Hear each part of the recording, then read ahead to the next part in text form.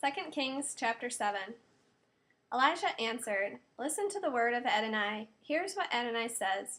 Tomorrow by this time 6 quarts of fine flour will sell for only a shekel, and a half a bushel of barley for a shekel in the market, at the gate of Shomron." The servant on whose arm the king was leaning answered the man of God, "Why, this couldn't even happen if Adonai made windows in heaven." Elijah answered, "All right, you yourself will see it with your own eyes, but you won't eat any of it."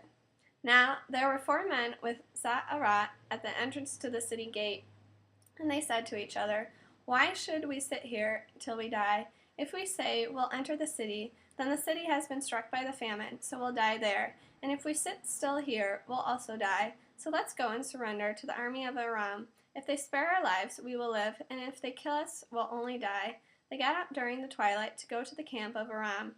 But when they reached the outskirts of the camp of Aram, they saw no one. For Adonai had caused the army of Aram to hear the sound of chariots and horses. It sounded like a huge army, and they said to each other, "The king of Israel must have hired the kings of the Hittite and the kings of the Egyptians to attack us." So they jumped up and fled in the twilight, leaving their tents, horses, donkeys, and the whole camp just as it was, and ran for their lives. When these men with Sa'arat reached the outskirts of the camp, they entered one of the tents, ate and drank, then took some silver, gold, and clothing, and went and hid it. Next they returned and entered another tent, took stuff from there, and went and hid it. But finally they said to each other, What we are doing is wrong. At a time of good news like this, we shouldn't keep it to ourselves. If we wait even till morning, we will earn only punishment.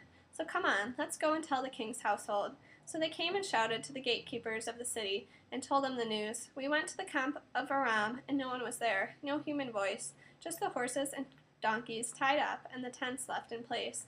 The gatekeepers called and told it to the king's household inside.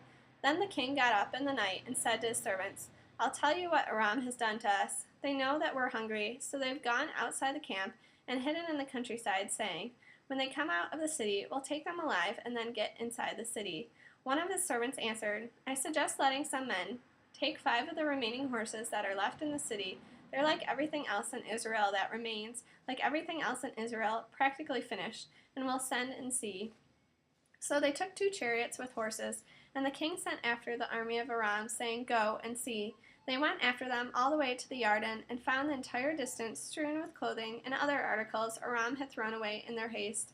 The messengers returned and told the king.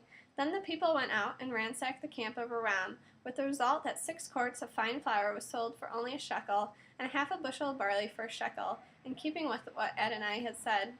The king put the servant on whose arm he had leaned in charge of the gate, and the people trampled him down in the gateway, so that he died, as the man of God had said he would. He spoke when the king came to him.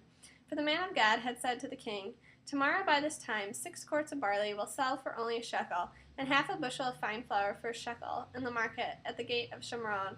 The servant had answered the man of God, "Why, this couldn't happen even if Adonai made windows in heaven."